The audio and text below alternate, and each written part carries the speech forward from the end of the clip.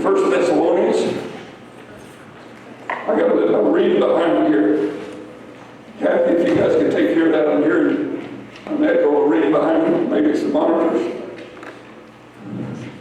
Thank you, Lord. Thank you, Lord. 1 Thessalonians chapter 4, verse 13 through 18.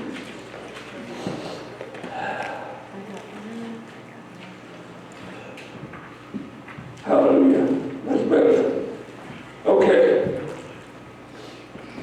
But I would not have you to be ignorant, brethren, concerning them which are asleep, that ye sorrow not, even as others which have no hope. For if we believe that Jesus died and rose again, even so, them also which sleep in Jesus will God bring with him. For this is we say unto you by the word of the Lord, that we which are alive and remain until the coming of the Lord shall not prevent them which are asleep. For the Lord himself shall descend from heaven with a shout, with the voice of the archangel, and with the trump of God, and the dead in Christ shall rise first. Then we which are alive and remain shall be caught up together with him in the clouds to meet the Lord in the air, and so shall we ever be with the Lord. Wherefore come to one another with these words. Somebody say amen. Amen. Now turn with me to 1 Thessalonians, Matthew 24. Matthew 24. Verses 32 to 34, or 44. The parable of the fig tree. Now learn of a parable of the fig tree. When his branches is yet tender, and putting forth leaves, you know that summer is nigh. So likewise ye, when you shall see all these things come to pass. It's talking about all the things coming in Matthew 24, the chapter. Know that it is near, even at the door. Verily I say to you, this generation shall not pass, till all these things be fulfilled. Heaven and earth shall pass away, but my word shall not pass away. But of the day and of the hour no man knows, no, not the angels of heaven, but my Father only. But as the days of Noah were, so shall also the coming of the Lord be. For as in those days we were before the flood, they were eating and drinking, marrying and giving in marriage until the day that Noah entered into the ark. And knew not until the flood came and took them all away, so shall also the coming of the Son of Man be. Then shall two be in the field, the one shall be taken, the other left. Two women shall be grinding at the mill, one shall be taken, the other left.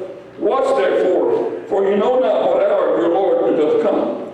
But know this, that if the good man of the house had known in what watch the thief would come, he would have watched and would have not have suffered his house to be broken up. Therefore, be ye also ready, for in such an hour as ye think not, the Son of Man cometh. Another translation says, when you least expect it to come, that's when it's coming.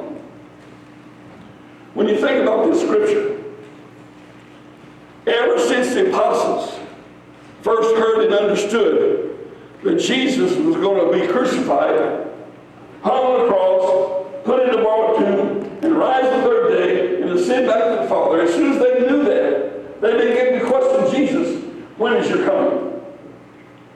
What are the signs you're coming? He gives us the signs so we can know the season. We're in the season. But I want you to understand this. It's probably the subject that's been most debated, most argued, most written about of all the Bible, about the coming of Jesus. Now understand this.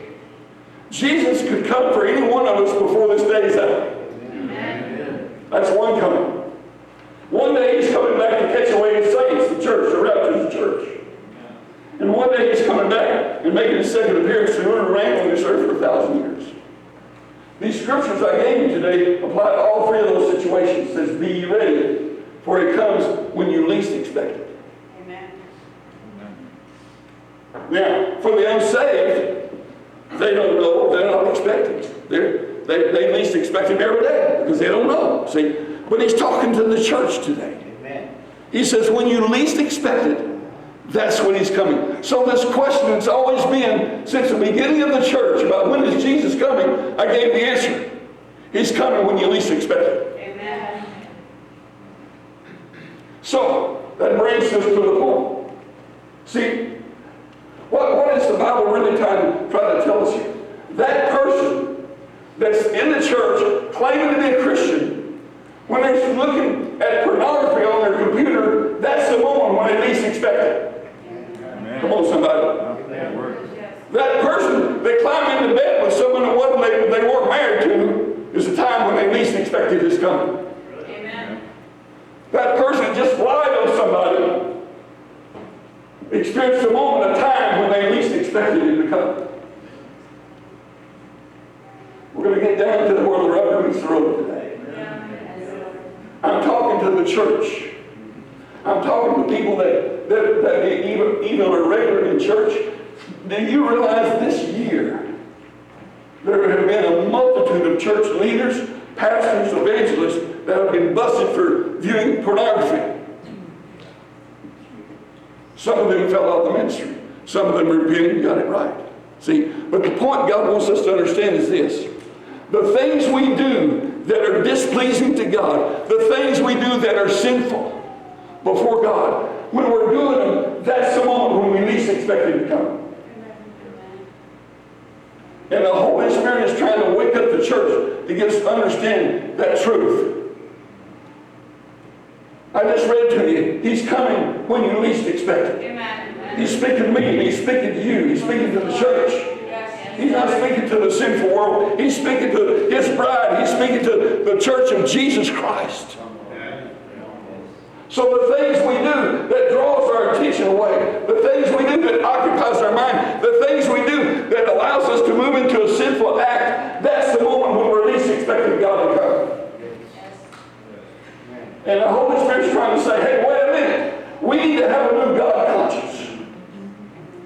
24/7, we need to have a God conscience that He's real. Oh, come on, somebody. He's real, and He's with us 24/7. Amen. He's all powerful, and He can do anything. He knows everything. Yes. He's trying to say, hey, church, wake up. I'm with you all the ways, even to the end of the world. Some people say, well, who's going to finally make it to heaven? I can answer that too. Those that endure to the end, the Bible says. Amen.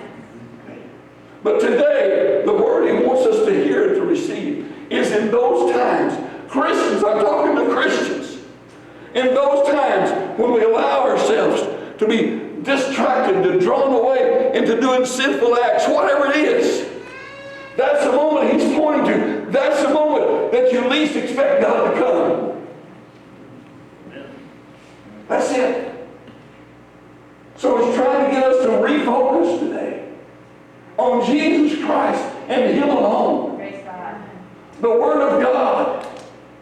See, I use that illustration. See, if I hold my thumb out here, I can see God and the wall back there too. But if I move that thumb close enough, all I can see is my thumb. We need to get so close to Jesus that all we can see is Jesus. Amen. All we can see is Jesus. All we can see is Jesus.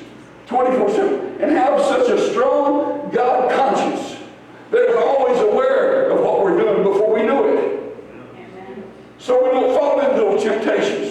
So we don't find ourselves in a situation after you've done a sinful act and you realize what we've done, repent quickly and get it over with. But in the meantime, you need to understand when you were doing it, that's the moment you just experienced of least expecting God to come. And that's when He said He's coming. So it's time for the church in America to wake up. Wake up and become the church that He's coming back for. He's not coming back for a church that's habitually still playing around with sin. That's right. Woo! Somebody heard that.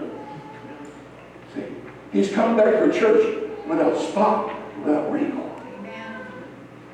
That's why He charges us to pursue perfection. Amen. Pursue purity with all your being. Don't let anything keep you from pursuing purity in your life. Amen. Because that's who He's coming back for. He's not coming back for a church that's been beat up, put down.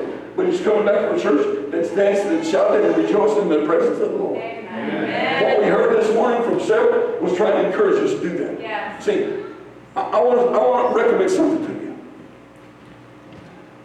when Pastor gets back, in the very first service he's in, I want you all to become the shoutingest people in the county. Amen. I want you to become the dancingest people in the county. Hallelujah. I want you to be the loudest people in the county. Yes. Let our neighbors know we're here. Come on, somebody. Shout hallelujah. Shout hallelujah.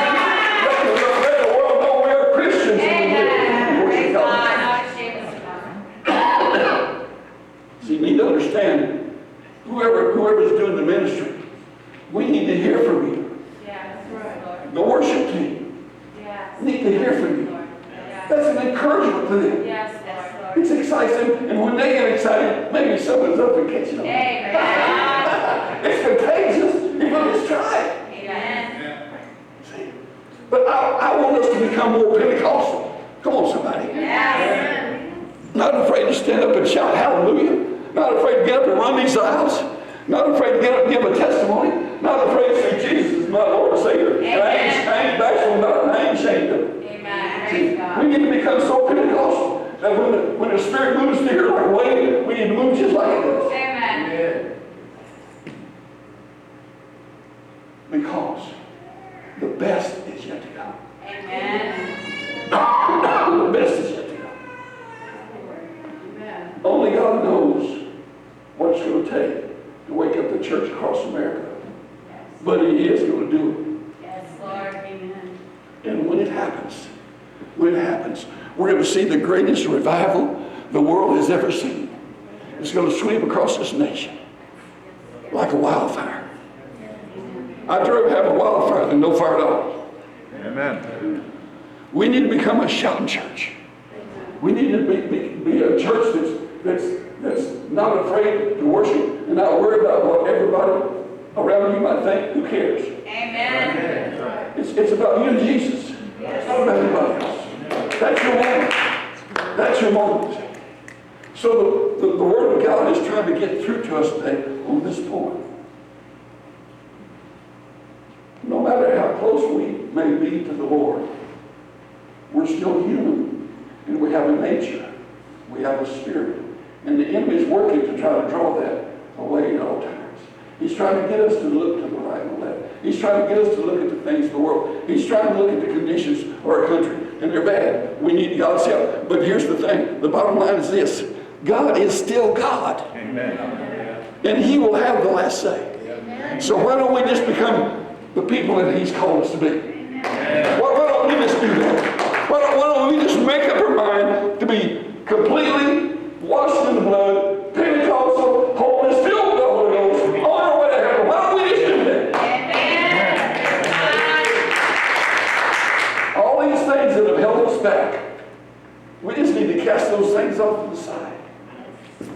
Cast them off to the side. See, if you can just put yourself in the position of the disciples when they first heard and understood what Jesus was going to go through. And they began to quiz Him on several occasions, we in the Scripture, where they'd sit down with Jesus and say, Jesus, can you tell us? Can you tell us when you come back? Can you give us a sign? Can you give us a hint? Can you show us the situation that the world's going to be in when you come back? They begin to question, and that question goes on today. Believe me, this question about when is Jesus going to come back to the church has been debated and argued and fussed over for decades, centuries. The answer has always been held by the Father. We just read it. The Father knows. See? But to us today, to me and you today, God wants to remind us. He wants to remind us that we need to pursue purity. We need to pursue holiness. The Bible says, without holiness, no man will see God. We need to pursue holiness with all of our substance, with all of our being, and be so determined that we're undeterred from our goal. Amen. Because He will come when we least expect it. Amen. People that will lay on church for weeks and weeks and weeks, missing service weeks and weeks and weeks. They're putting themselves in a very dangerous, vulnerable position. Yes.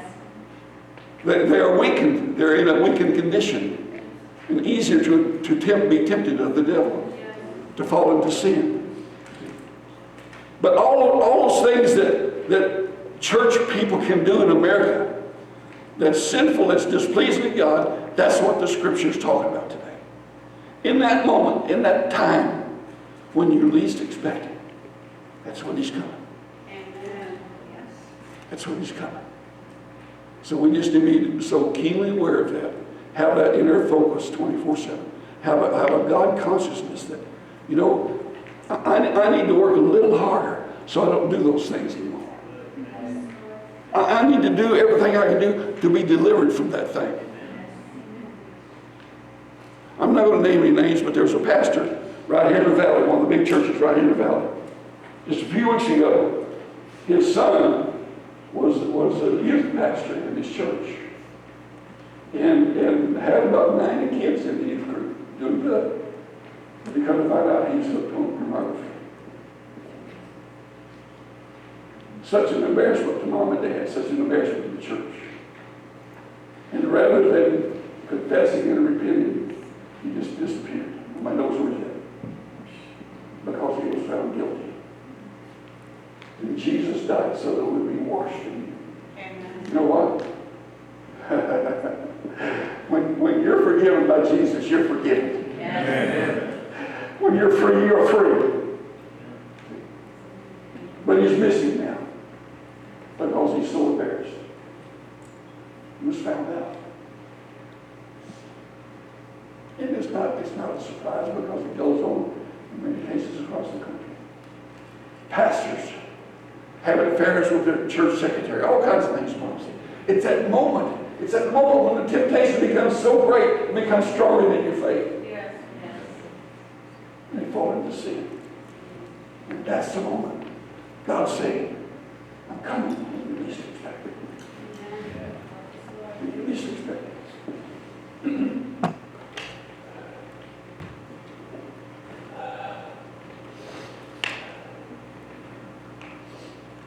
God's Word compels us to always be in prayer.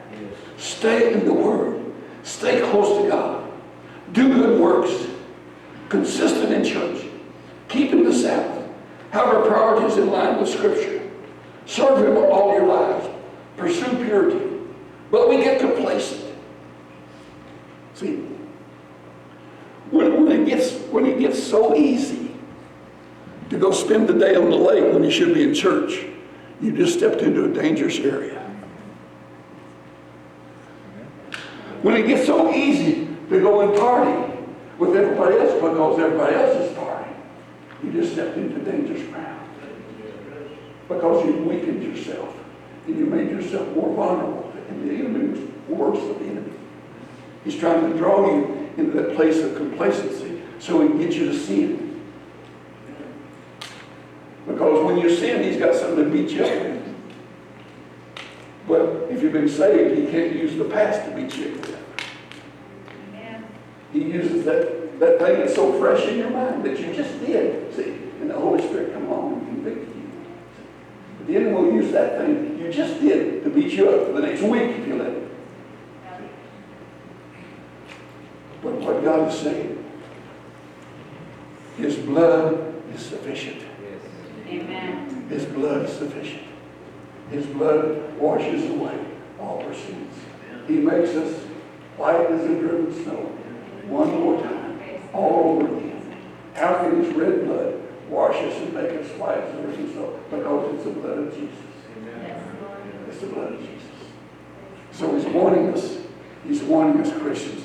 It's time to refocus. It's time to be more determined. It's time to be more committed. It's time to be pressing in to the mark of the high calling like we've never done before. Hey, look, if we can't make it now in this atmosphere we have on the earth, how are we going to make it through the troubles that's coming in Matthew 24? All hell's going to break loose. Read Matthew 24. All hell's going to break loose on this earth. And I believe I've already prophesied before this year is out, there's going to be some major event that's going to begin to bring the church back to its knees. Amen. It almost happened just the other day. When Iran shot down one of our drones, President Trump almost pushed the button. almost retaliated. And if that had happened, we'd be in World War III right now. There'd be nuclear weapons being dropped. Because Iran is crazy enough to use a nuclear weapon. Thank God. We don't want another war. But the thing is, you see, his advisors talked to him and he changed his mind. And they're going to respond in a different way. The sanctions are working. That's why there's such pressure. The sanctions are working against Iran. And now Iran is seizing other countries' oil tankers to try to draw us into battle with them. They would like anything any better than to draw the United States into war with them. Because they know they have Russia and China to back them up.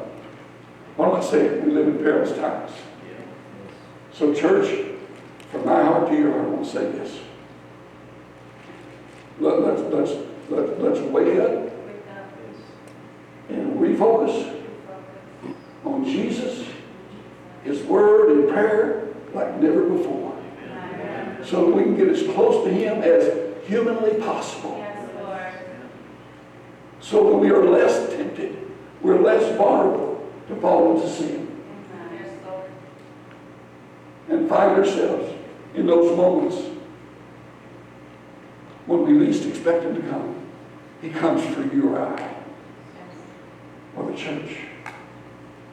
See, that's what He's wanting us to understand today. Being stronger in the Lord.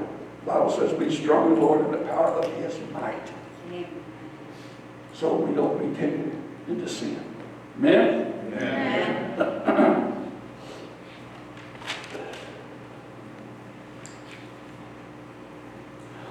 What are your times of least expecting God's coming?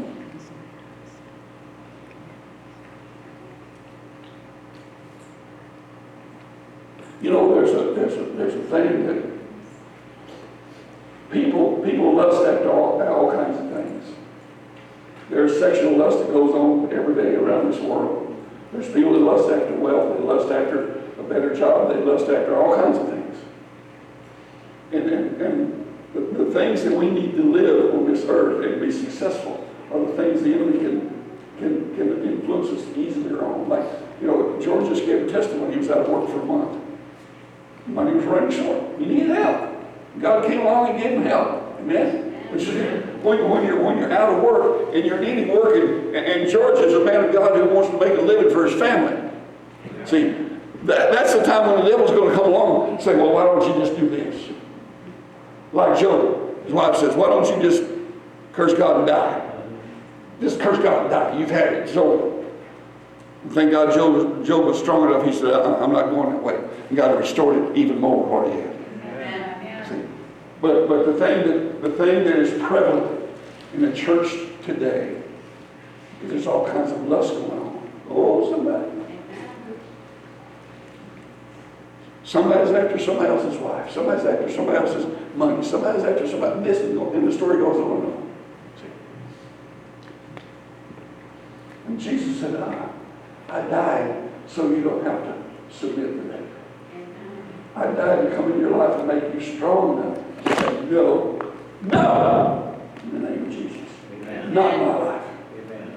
The power of the word no is a powerful word. Amen. When you're battling the enemy. So we need to understand that today. We need to understand that today.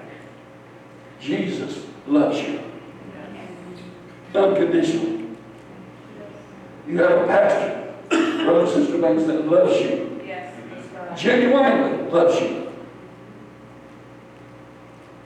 And they want the best for you. Yes. So today, I want to plant this word in your spirit. Think about those times. Think about those times when you feel most vulnerable, most tempted to sin. And before you sin, just take a moment and say, no, I'm not going that way. I'm not going that way anymore. I'm not going to experience that time when I've just committed an act of sin and I've made myself vulnerable. I found myself in the time of least expecting His return. I'm not going to go there anymore. Will you join me? Amen. Will you join me, church? Amen. Come on, will you join me, church? Amen. I want to see every hand in the air. Will you join me, church? Amen. Be determined. Be unshakable.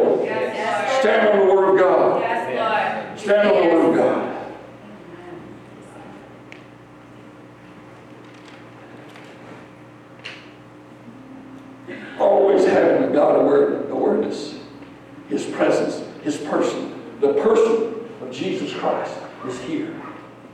The person of the Holy Ghost is here. The person of the Father is here. The person of angels are here today. They come to worship with us.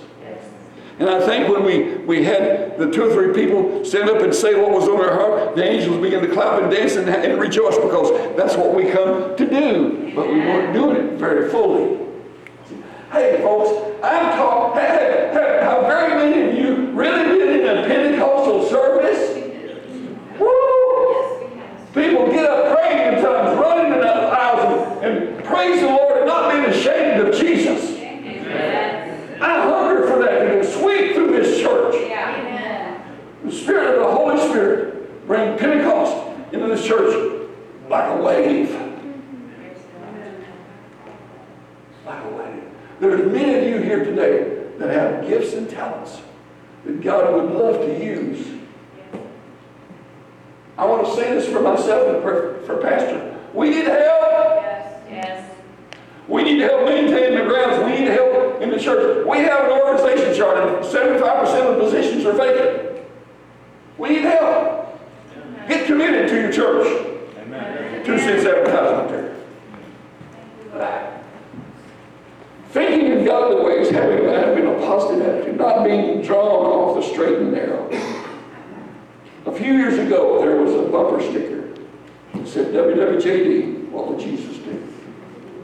And I want to challenge you today. I'd like the musicians to come back, please. I want to challenge you today. In every situation, every thought that you experience today, take a moment, a few seconds to say, okay, how would Jesus react to this? What would Jesus do? That'll help keep you on the straight and narrow. Amen. Stand on your feet, please.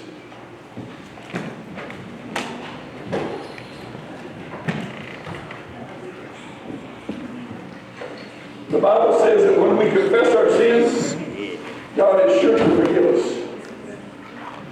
When we confess our sins, He is faithful and sure to forgive us. So I felt all the way through the service this morning. There's people here this morning that need to be saved. We're going to address that first. There's also people that need to be delivered from the thinking of their past. Yeah. See, we call it stinking thinking. When you start thinking about before you were saved, that's when the devil's going to work you over. See? But when you understand, and you can tell the devil, before I was saved, the sheets are clear. The sheet is blank. There's nothing there. It's under the blood of Jesus.